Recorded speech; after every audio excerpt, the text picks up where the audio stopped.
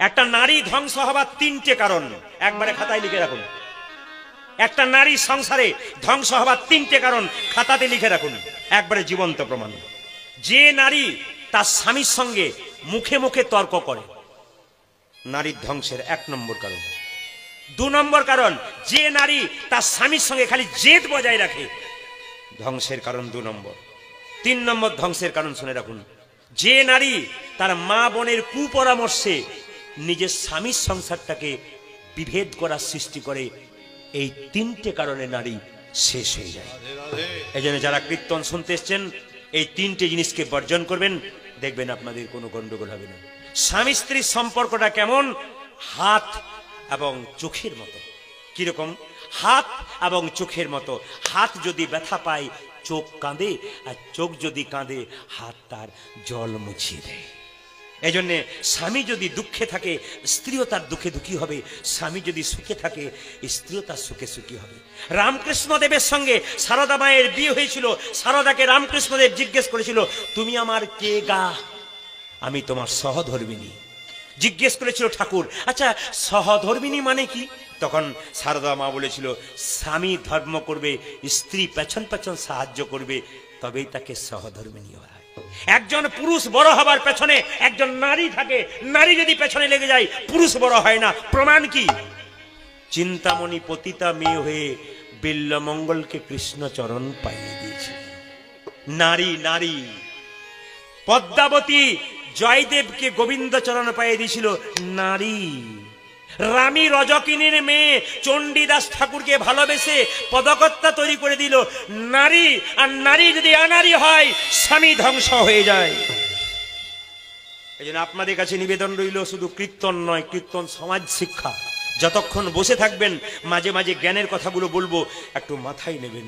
আমার গুরুদেব বললেন, গরু যখন খাবার খায় তখন তো তাড়াতাড়ি খায়, তারপর যখন আস্তে আস্তে আস্বাদন করে ওটাকে জাবর কাটা বলে। অনেক কথা তো শুনে যাবেন, যখন রাত্রিবেলায় শোবেন কিংবা একসময় নির্জনে বসে থাকবেন প্রদীপ পালের কথাগুলো স্মরণ করবেন। যদি 100টার মধ্যে 10টাও কাজে লাগাতে পারেন আপনার জীবন তো কিছুটা সুন্দর হয়েই যাবে। আচ্ছা, আপনারা একজন বলতে পারবেন ভগবান কি হাতে বাঁশি মাথায় চূড়া আর পায়ে নুপুর নিয়ে ভক্তের কাছে আসে? পাকা চোরকে যখন পুলিশ ধরতে যায় পোশাক পরে যায় না সিভিল ড্রেসে যায়? জোরে বলুন। হ্যাঁ, ভক্ত যখন খুব ভগবানকে ডাকে তখন ভগবান কিন্তু হাতে বাঁশি মাথায় চূড়া পায়ে নুপুর নিয়ে আসে না, তিনি কিন্তু সহজ বেশে আসেন। যে যেখানে বসে আছেন মায়েরা কিছু মনে করবেন না, আপনি দুপুরবেলায় খেতে বসেছেন, এইবার মুখে দিতে যাবেন, একটা বাচ্চা ছেলে কিংবা ভিখারি দরজায় বলল, মা কি? 2 দিন খায় নাই, নিজে না খেয়ে তাকে দিন, ওটা তোলা রয়ে গেল। দাদা ভাইয়েরা রাস্তা দিয়ে পেরোচ্ছেন, একটা ভিখারি ছেলে রাস্তায় বলছে, 10 টাকা দাও কাকু, কিছু খাবো, দেবেন? আপনাকে কাকু বলেছে মানে বাবা বলেছে। বাবার কাছে মেয়ে যদি চায়, ছেলে যদি চায়, তার যেমন হয় আপনি দেবেন। এই জন্য বলে রাখি, ভক্ত যদি কাই মনে কোনো বাঞ্ছা করে ভগবানের সাধ্য নাই, সেই বাঞ্ছা নাই পুরে। একজন শেঠজি প্রচুর টাকার মালিক, সে কি করছে দেখুন, প্রত্যেকদিন রাত্রিবেলায় সবার সময় বলে, হে গোবিন্দ দেখা দাও, হে গোবিন্দ দেখা দাও, হে গোবিন্দ দেখা দাও, হে গোবিন্দ দেখা দাও। সারাদিন কাজ করলাম, শুধু তোমার জন্যে করলাম, কর্ম করলাম আমি, ফল দেবে তুমি, কর্ম করলাম আমি, ফল দেবে। রাত্রিবেলায় যখন ঘুমাচ্ছে শেঠজি, ভগবান বলল, শেঠজি কথা দিলাম আগামীকাল সকালে আমি তোমার বাড়ি যাব, আমাকে দেখতে পাবে। শেঠজি কি করলো মা, সকালবেলায় ঘুম থেকে উঠে বাড়ির সব কর্মচারীদেরকে বলল, দরজাতে কি কর, আমের শখা দিয়ে দে। মায়েরা দরজাতে আমের শখা কেন দেন? কারো জানা আছে? মঙ্গলের জন্য দেন, কিন্তু কার আশীর্বাদে? জেনে নিন। কামদেব মদনের 5টা বাণ ছিল, সেই 5টা বাণ বাবা শিবকে মারবার চেষ্টা করলো।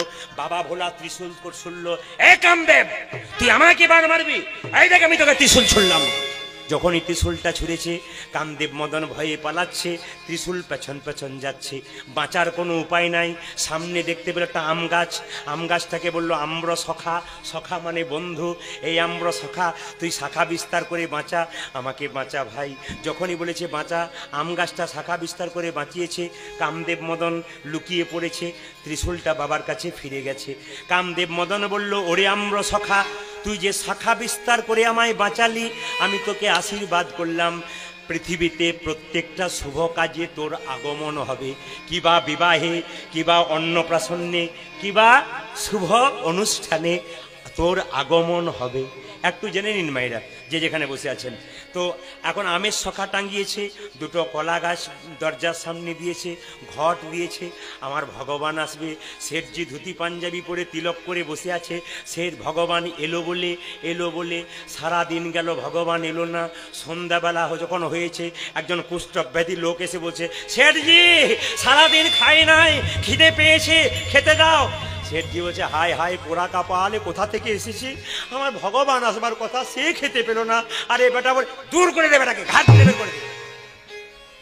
ক্ষুধার্ত লোকটাকে ঘাট ধরে বের করে দিল। রাত্রিবেলায় শেঠজি ভগবানকে স্বপ্নে বলছে, হে গোবিন্দ, তুমি যেমন ব্রজগোপীদের সঙ্গে ছলনা করো, তুমি কি আমার সঙ্গে ছলনা করলে? তুমি এলে না। ভগবান বলছে, কই আমি তো গিয়েছিলাম। বলে, কখন গিয়েছিলে? ওই যে কুষ্ঠব্যাধি হয়ে। তখন একটু শেঠজি ইংরাজি বলতে ভালোবাসতো। ভগবানকে বলছে, গিভ মি ওয়ান চান্স, আমাকে আর একটা সুযোগ দাও, গিভ মি ওয়ান চান্স, আমাকে একটা সুযোগ দাও, কালকের দিন তুমি এসো, তোমাকে আমি একবার ধরবই। সঙ্গে সঙ্গে বলছে, তাহলে তোকে কথা দিলাম, আগামীকাল আবার যাব। শেঠজি সকালবেলায় উঠে কর্মচারীদেরকে বলল, কুষ্ঠব্যাধি লোক দেখলেই ধরবি, যেখানে কুষ্ঠব্যাধি লোক দেখবি সেইখানে বেটাকে ধরে আনবি, তবে দেখাচ্ছি মজা। মায়েরা সারাদিন ধরে সন্ধে পর্যন্ত কুষ্ঠব্যাধি লোক ধরতে গেছে, কাউকে পেল না। সন্ধ্যাবেলাটা একটা 10-12 বছরের ছেলে এক বস্তা বইকে নিয়ে এসে বলছে, শেঠজি কি ভারী গো, নামিয়ে দাও তোমার জন্য। বাবা, ভগবান আসার কথা এরকম করে, এ বেটা কেন যে বের করবে, বের করে দিল। জিজ্ঞেস করছে রাত্রিবেলাতে, হে গোবিন্দ তুমি এলে না কেন? বলে, আমি তো গিয়েছিলাম, এক বস্তা শ্রীমদ্ ভাগবত গীতা নিয়ে গিয়েছিলাম তোমাকে কৃপা করব বলে, কিন্তু তুমি তো কৃপা পেলে না। শেঠজি বলছে, হে গোবিন্দ, যদি আমার কাছে ভগবান আসি, ভগবানের পায়ে থাকবে নুপুর, হাতে থাকবে বাঁশি, মাথায় থাকবে চূড়া। গোবিন্দ বলল, পাকা ভক্তকে ধরতে গেলে আমার চূড়াও থাকে না, আমার বাঁশিও থাকে না, আমার নুপুরও থাকে না। পাকা ভক্তকে ধরতে গেলে ধরার মতো ধরতে হয়। আপনাদের কাছে নিবেদন রইল, আপনাদের প্রত্যেকের কাছে একটা কুঞ্জ আছে, সেই কুঞ্জটা হচ্ছে হৃদয় কুঞ্জ। এক এক করে শুনবেন। মন্দির করবার ক্ষমতা যদি আপনার না থাকে, টাকা পয়সা না থাকে, না থাক, কিন্তু মন্দির আপনি এই জায়গাটাকে করে রাখবেন, এই জায়গাটাকে ভালোবাসার জায়গা করে রাখবেন, এই জায়গাটাকে ভালোবাসার জায়গা করে রাখবেন। কেমন? একটা একটা করে বলবো, শুনবেন আপনারা। এই যে বাড়িতে মন্দির করতে পারলেন না, আপনার টাকা নাই, কিন্তু এই জায়গাটা ভালো করুন। কেন? আপনার বাড়িতে যদি কেউ যায়, দুটো মিষ্টি জল দিতে পারুন আর না পারুন, দুটো মিষ্টি কথা অন্তত বলবেন। কারণ ভালো ব্যবহার করতে গেলে টাকা পয়সা খরচ হয় না, কিন্তু ভালো ব্যবহার করুন মানুষের সঙ্গে।